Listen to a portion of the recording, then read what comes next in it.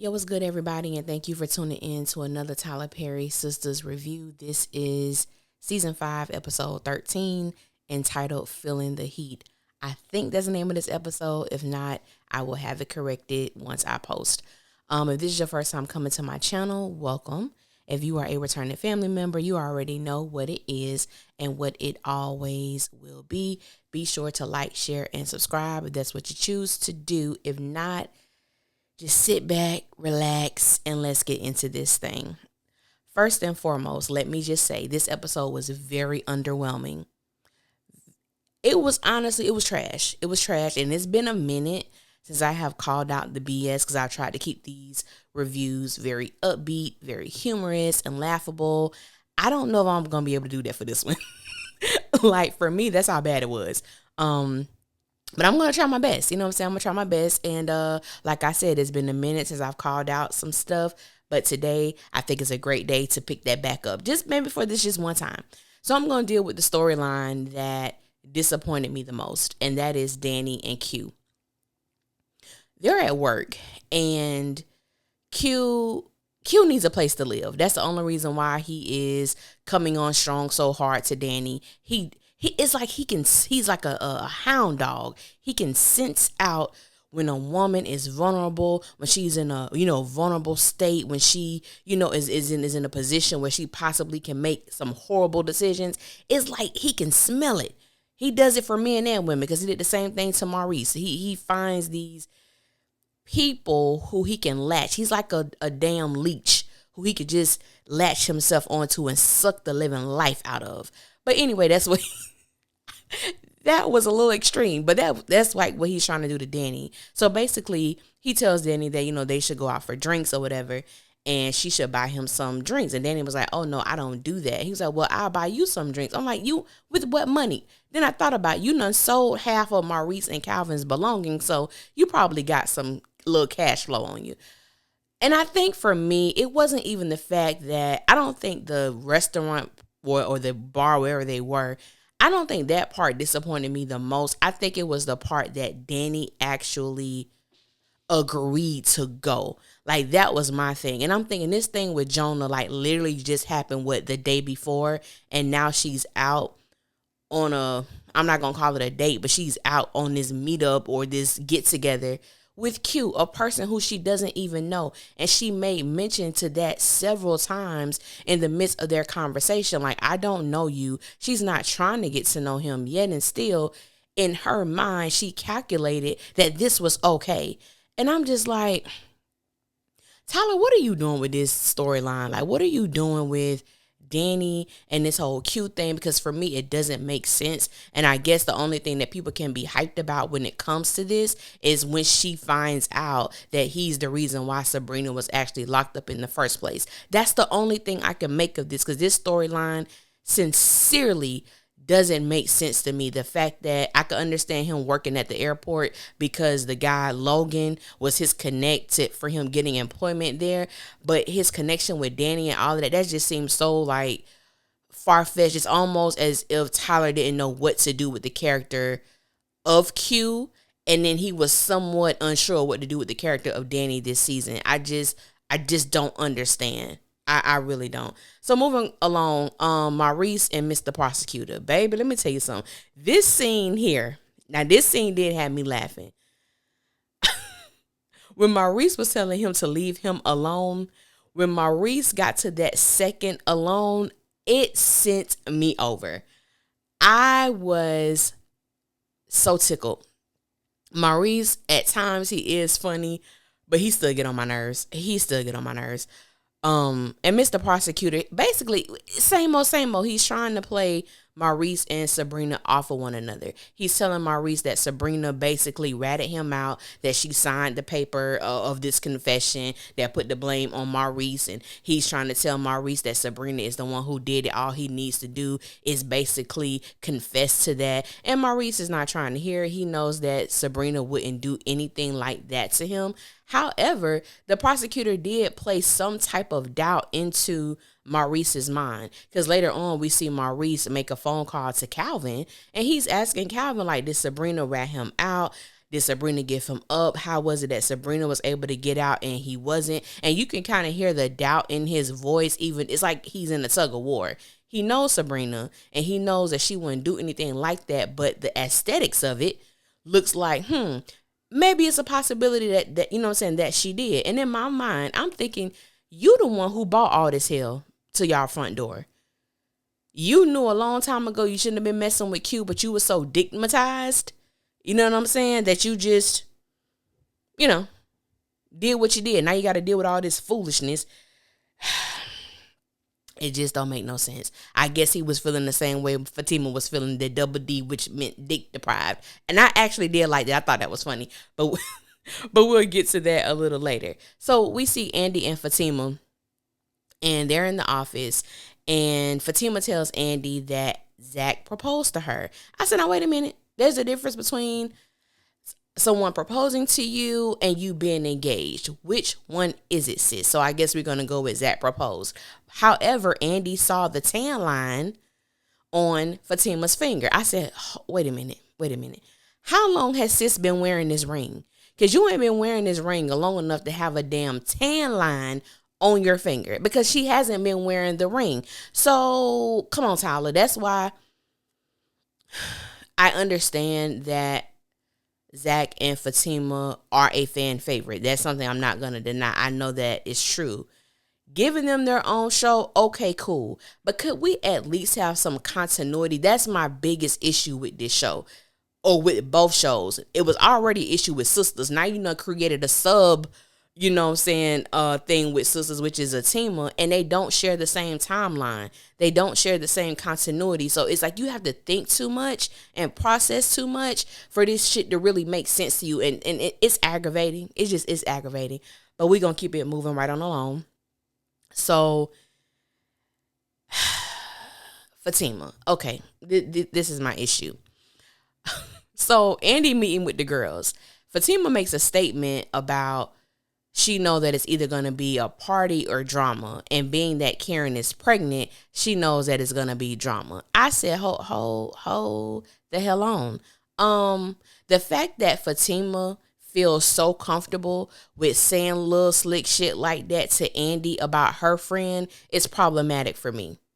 There are conversations when Fatima says things that Andi needs to dead it. I have been in a situation, nothing this deep, but I have been in a situation where I have been friends with two individuals who really didn't rock with each other like that. You're not going to talk to me about her. She's not going to talk to me about you. And I'm not going to tell either of you the other's business. That's how you keep drama down. So for me, I was very just irritated with Andi in this episode, because when Fatima made the statement of, and I understood Fatima, where it's like, I don't want to really deal with this, baby mama drama with Zach, and really not knowing if the baby is his or not. And Andi kept making these faces as if, oh God, it's like she caught in the middle. And I'm like, you caught in the middle because you put yourself in the middle. There have been times that Fatima have gone to Andi, and Karen have come to Andi talking about the other or referencing the other. And Andi has never made this face. Andi has never made these sound effects where it's like she can't hold a damn secret. And Fatima was like, oh, you know something. Like, what is it? Oh, no, nothing. And Fatima was like, okay, well, you keep that secret in. I'm like, well, don't you want her to keep your quote unquote secret? You don't want her to tell Karen that you're engaged to Zach, and she don't need to be telling you anything concerning the paternity of Karen's child.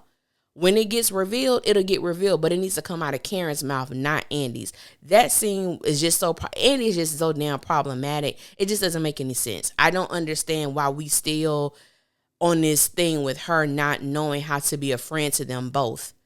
And my thing is, if you got to choose, Fatima got to go. That's how I would look at it. I mean, I don't understand this. I don't even look at them as friends anyway. But it's just because at the end of the day, Fatima don't know Andi. What started out as she admired Andi for being a lawyer, because that's where Fatima claims she's trying to go in life and what she wants to do. I can't tell, because I ain't never seen her in the damn classroom or opening up a damn book to study law. I ain't seen none of this. But that's what sis says she want to do. But I think just the whole dynamic with Andi not being in a position to dead these conversations, stop them from happening, as I've always said, I think Andi is a piss poor friend, and this was another episode, in my personal opinion, that demonstrated that. So we see Zach and Fatima. A whole lot of time was wasted on this scene to me, where, you know, she comes home and it's cute. You know, he met her outside and everything like that. Close your eyes, I got a surprise for you. And I'm thinking, I was actually interested. Like, okay, well, what do Zach have? And even the way they cut the camera where you couldn't see what was going on in the house, but when you get there, you got this dinner and it's like, okay. And then he talks about this. He talks about buying this gas station wine. And I'm like, what? You got money, bruh. Gas station wine, I ain't gonna knock it because I've never had it, so I don't know if it's good or not. I'm just saying, just the verbiage of it, gas station wine, it doesn't sit well with me. It don't sit well with my spirit. I wouldn't want to taste it. But Fatima was like, hey, you could be there. In her mind, she was like, nigga, you could have did better than this, but okay. And so, excuse me, basically he did all that because he wants her mind focused on him, and he wants to get married. He wants to rush and get married. I said, Fatima, please, for the love of God, don't do this. Don't do this. Please don't do this. And I was so glad she shut that shit down. Marry you for what? Y'all don't even know. You know what I'm saying? I ain't want to put a timeline on love, okay? But the drama that has come in this union, in this relationship, is ridiculous. Marry you for what? What you trying to hurry up and get married for? And I'm glad she stated what she wanted. She wants a nice, beautiful wedding. She wants her family and her friends to be there. You know, and then Zach going to the joke, you know, your family kill people. They don't even go to church, you know, and Zach was just being Zach. Now, this is the issue I have with Fatima too. Yeah, your man cooked you dinner, bought you gas station wine, but it was a moment, you know what I'm saying? Then she has to go and ruin it with, we need to call Karen, we need to do this tonight, she need to come over. I said, whoa. I would have been like that. No, we're not doing that. I'm not calling her tonight. I want us to have a nice evening. We could deal with that tomorrow. She ain't going nowhere. It baffles me. I will be so happy when Karen is no longer the catalyst for the drama that takes place between Fatima and Zach, because it is old. It is old. Anyway, so they sit on the couch and so he calls Karen. And he has to get coached into what to say because he doesn't know how to handle his own personal affairs. So he had his coach, you know what I'm saying, sitting next to him, telling him what to say. And so we're going to pause right there. So Karen is at the shop and she's finishing up Sabrina's hair. And I guess, you know, Pam is a very necessary character for me, but this is where Pam become a nuisance. We all know how Sabrina acts. She's very bubbly and hi Pam, and she wasn't doing that. And so here go Pam again with, I just love your natural hair. And it's like, okay, cool. I am a black woman who has locks, and I have been natural for about 6 years. I've had my locks for 2.5. And I remember one time I posted an old picture of myself and I had a relaxer. And people was like, girl, I know you ain't do that. Oh my God. And it's like, it's my hair. If I want to cut these locks off, I'm going to do that. If I want to put a relaxer, which I never would do that again. But if I want to wear a wig, a weave, whatever I want to do to my hair, I have the privilege to do that. And sometimes I think it's a shunning thing when it's like, I do what I want to do with my glory. I will style it and wear it the way that I choose to wear it. So when I know that Pam didn't mean anything by it, but when she made that statement, you could see Sabrina's mood kind of change a little bit. And she was like, well, what happened that made you want to change it anyway? And Sabrina was like, well, I'm going to go. And I'm like, yeah, Pam, I need you to read the room. But we know Pam don't know how to read a room. She may be able to read a book, but sis can't read a damn room. And so Sabrina, you know, she tells Karen, you know, she asks Karen how much it is. Karen tells her no, like she's not going to accept any payment from her. And she was like, I see you later at Andi's house.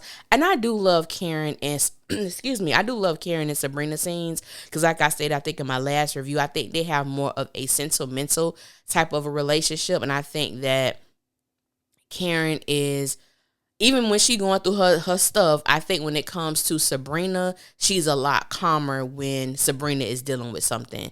And I do like that dynamic. So she gets the phone call from Zach, and Pam would have been me. Okay, girl, what he calling you for? What he calling you for? So she tells Pam to go to the back. So she answers the phone, and, he tells her he wants to talk to her. You know what I'm saying? I want to talk to you. She's like, about what? She wasn't rude. She wasn't belligerent. She wasn't yelling at him. She wasn't snappy. But I would have been very suspicious if I was her. And I also would have been very hesitant, because the past situations that they've had, or run-ins that they've had, it has not been on the up and up. It has not been positive. So I would have had the same type of attitude. So she was like, he want to talk about the baby. She said, well, I'm meeting the girls. I could just stop by on my way there. So she calls Andi, which I probably would have did the same thing. Now, in the other episode, she did tell Andi, you can tell your little friend. I do believe that Karen was being sarcastic when she said that. I get it. So she calls Andi. Andi, did you tell Fatima? Andi, no, I promise you, I swear, I did not say anything. So she's like, well, I'm going to go over there. So Andi, I'm going to go over there too. Okay, cool. So everybody going to meet up. Andi calls Fatima because she wants to know, why did they invite Karen over to their house? Now, I will say, I do believe it's a suspicious move, especially with Andi knowing about the paternity of Karen's child, and also knowing that Fatima and Zach are engaged. So she's holding the secrets of the two friends. Okay, cool. So Zach, oh my God. Zach is the biggest. I know we got Heather son and his son with Heather and this baby that Karen is carrying, but Zach is the biggest damn baby on this show. Oh my God. He pouts and he just throws temper tantrums about every damn thing. Every time I see Zach and he do this, this is how I really envision him. Man, I wanted red Kool-Aid. You only got purple. Damn. What am I supposed to do now? Bro, I just can't.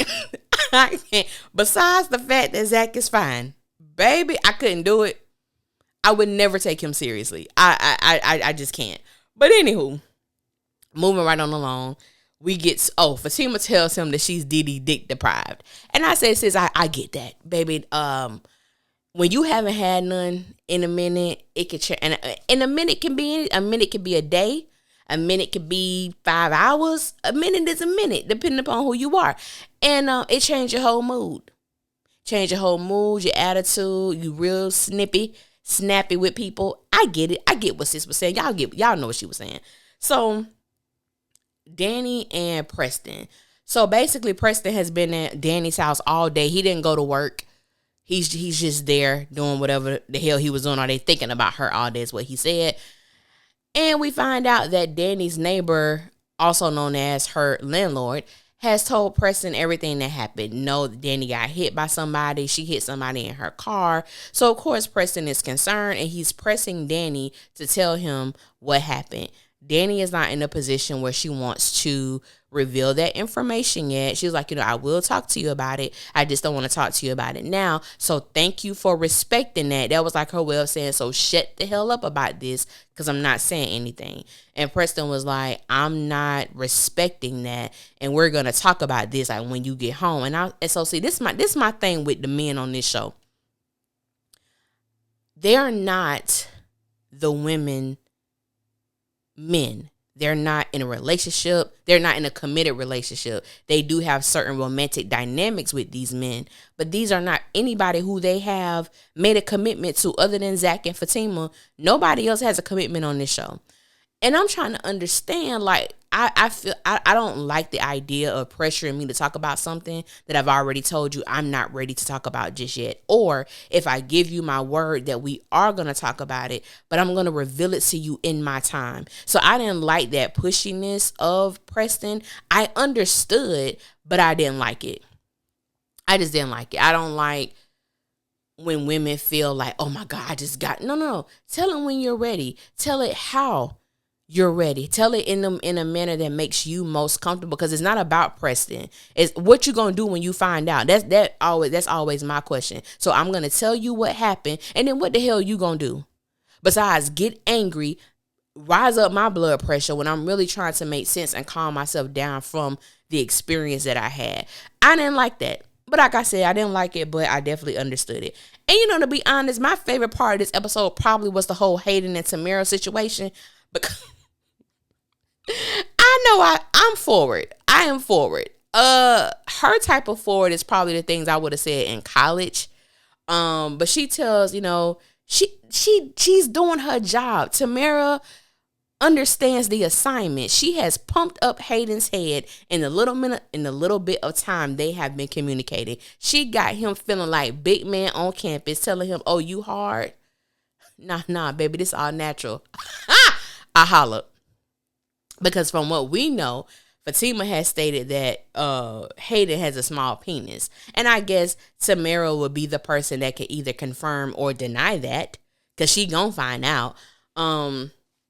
It was just hilarious to me. Like, she just, you want to go for drinks, you want to meet for a drink. Like, she putting it all in. And I'm looking at Hayden. Now, Hayden gets on my nerves, but I don't even know his real name right now. His name escapes me. But the actor who plays Hayden, he's an attractive guy. I think he's a cutie. His character is annoying as hell. But I'm like, okay, Tamara, do it. You doing it, sis. Okay, I see you. You understand the assignment and you're doing it. She's probably my favorite person right now, to be perfectly honest. She ain't even really did shit on the show yet. But that just goes to show how we watching the same old. And it's just interesting to me, and it's fresh to see a new face who actually is doing something. Like, I could rock with that, because I'm getting tired of all these, you know what I'm saying, same old people who we see and they doing the same thing over and over and over again. That's how I feel. So we see Calvin and Sabrina. She's home. Calvin comes by because he says he wants to check on her. And, he tells her about Maurice. And basically, he might flip is what the hell he was trying to say. So you might want to get with Andi real quick to see if she can help him before he turns on you. That's basically what I got from the conversation. And then, lo and behold, there's a knock on the door, and that's our chocolate drop bio, who I think he is so cute. And he comes because we find out he has been calling Sabrina. He has been coming by her house to no avail, and he was concerned. He was worried, so he came by, and she just happened to be home. I like Bio. I know Bio got his issues, and we don't really know dude like that, but I prefer her with Bio than with Calvin. Then Calvin like, "Oh, you don't see me? Oh, see you?" He was like, "I do now." I said, Bio is my kind of petty. He wasn't like extremely petty, but he was pushing on petty just a little bit. He was tapping on that mud just a little bit. Why would I acknowledge you? We have an issue. We done fought. You done stepped to me crazy several times. I ain't got nothing to say to you, my dude. And yeah, I know I don't see you. You're not worthy of my attention. Period. But, I like Bio, because Bio, he came, he saw Sabrina, made sure she was okay, understood that she had company, and he saw his way out. And I like that. And I like that Sabrina told Calvin, like, you can stay here, we can talk, just don't bring the drama. I don't need that. Another dude, why should there be drama? Sabrina not your girl? Sabrina is not your girlfriend, so why are you being so hyped over this dude coming by? Like, those are the things that just don't make sense to me. I don't understand it. Andi and Karen meet up at Zach and Fatima's house at the same time. And so Karen is looking at Andi a little straight. Ebony looks so good in that light. I was like, wow, she looks... Ebony of the City has been glowing. Okay, I don't know what she drinking. Maybe something natural. I don't know. I don't know what sis is doing, but it is working consistently. I was like, wow, she looks really, really pretty. But anyway, she's looking at Andi because Andi just seems a little too worked up. And she was like, "Andi, why are you nervous?" "Oh, no, I'm not nervous, but it is kind of strange that, they invited you here." She was like, "Yeah." So Andi tells her, "Well, can you keep your purse in your car?" She was like, "No, because this might be a setup. Like, I don't know what's going on." And to Karen, in Karen's defense, she doesn't. It's just odd. You go to the doctor, now all of a sudden Zach is calling you to come over to the house, which in my personal opinion, I think is jacked up. I think they should have chosen a spot or a location away from their house. I don't think Karen needs to be there, not in their domain. And so even when they was having a conversation, Karen asked a legitimate question. Are we gonna talk outside, or you gonna let me in? And then Zach was being funny when he was like, do you need the address? That girl done been in your house 2-3 times. She know where the hell you live. I said, see, that's when my pettiness would have came out. But she kept it cute, kept it classy, and so they get in the house, and of course, Karen kind of looking around a little bit. She sits down, and Andi. She sits like on the arm of the chair by Fatima and Zach, and she kind of like telling them to move down because I guess she's trying to position herself to be in between Fatima and Karen just in case something pop off. I understood it. And if Fatima kind of looked at them, Zach and Karen was like, all right, so we ready to talk. I would have been like, y'all invited me.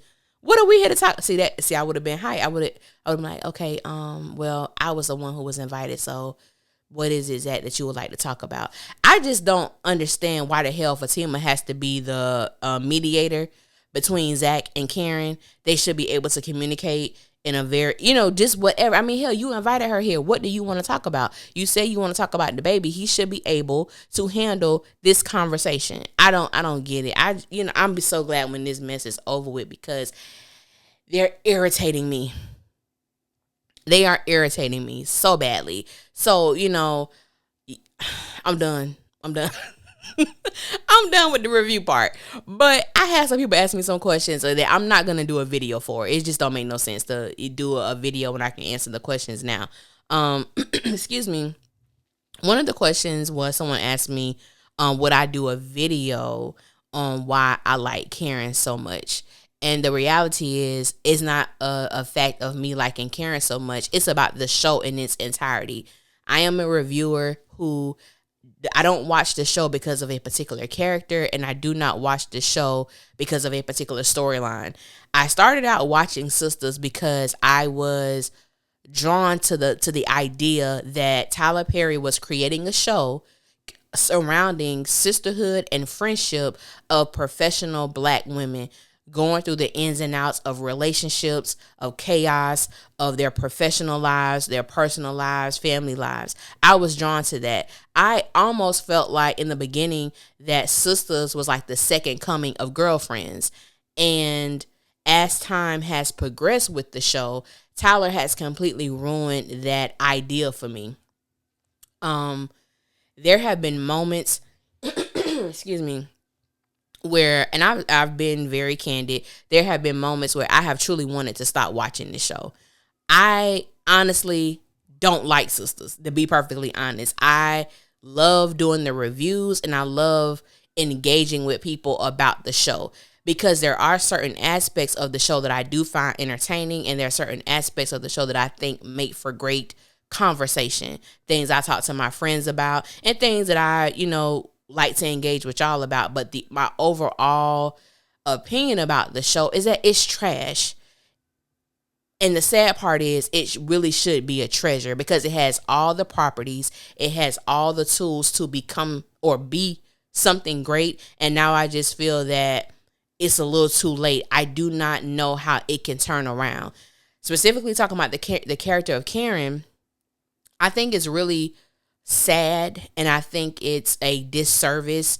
But to Ebony Obsidian, in the same breath, I will say, out of all the characters on the show, I believe that she has had the greatest display of an array of emotional performance. We've seen her, even when it comes to her relationship with Andi and watching Andi be in an abusive relationship, when it comes to having difficulty ridding herself of her emotions with Zach. When it comes to, I was just kind of playing with Aaron, but now I'm starting to feel something. Like we've seen different sides to her character, and out of all the characters, we really know the most about her. And I think there are things that some people probably have forgotten along the way. Now, maybe I'll make a video about that, but we do know a lot of things about the character of Karen, and there's so much to pull from within all the characters that Tyler has dropped little nuggets about, but he'll drop them and then forget about them. He'll drop them and then we don't hear any more about them. And one thing in particular with Karen, when she was, I think it was her first time having Aaron over to her house, or maybe the second, I don't remember. However, we find out that her grandmother raised her. Like, there are some people who feel like, well, there's nothing more to Karen's character. There's no way for Tyler to go. And I've had several people say that, and it's interesting to me because I'm like, I think there is a underlying issue with Karen and her mom. Because we know that Karen's mom was in the military. She was a Marine, which means she was gone a lot. We find out that Karen's grandmother raised her a lot. Her grandmother had her in church or talked to her about God and, how great God is and things of that nature. We know that there is a story there with her father. Where is her father? What happened with that? Because things didn't work out with the mom. He just kind of drifted away. That's why that, I think it was that bonsai tree was so special to her, because it was something that her dad gave her. And then Tyler flipped the storyline and said it was something that her grandma gave her. It's so crazy. It's so crazy. So it's not the fact that I like Karen so much. I just think it's a disservice the way that Tyler has broken this character down. She ain't no guest star. She's not a recurring star. She is one of the stars of the show. So the fact that he has reduced her to certain things, it blows my mind. It truly blows my mind. I don't understand how you make a main character like that to a villain, all for the sake of Zach and Fatima. I don't understand that. I really don't. It makes no sense to me. But that's why I will always stand on the fact that Tyler had Fatima in mind when SISTAS was in season 2. It was already something he had in the works, already something that he was thinking about. And the only way to do that, he had to make Karen out to be this person who was just, acting emotionally unstable. Because what we saw of Karen, what we see now, what we have progressively seen, I never thought that would happen. And I understand the element of surprise, but that some things just don't make any sense. However, I don't want to talk y'all head off too much, because I think I'm already at 32 minutes. But yeah, just wanted to mention that. It's the show in its entirety, because it's just, I don't even know what we watching anymore. You know what I'm saying? I don't even know. But anyway, it makes for good discussion. You know what I'm saying? And I will continue to do that. But today it was a little different, because normally, like I said, I try to be funny and all of that, or keep the reviews humorous. But I just think for me, this episode was so boring and just so incredibly bad. I couldn't find the humor in it. I really couldn't. So I hope you guys enjoyed. And maybe what I found out, I love watching the trailers of the show more than I like watching the damn episode. And that says a whole lot. I think that's why I have so much fun doing the trailer breakdowns. And maybe that's why I get more views, because I have more fun doing those. You know what I'm saying? Just to be candid with y'all. But you know what I'm saying? I'll come to y'all later with the trailer breakdown. I hope you guys have a good weekend working on some stuff. Y'all bear with me, because I've been getting back to the swing of things. I told y'all I was on vacation for 2 weeks, for 18 days. And baby, get back into this groove is something, okay? But y'all bear with me. I got some stuff for y'all. But until next time, y'all be safe out there. I will holler at y'all later.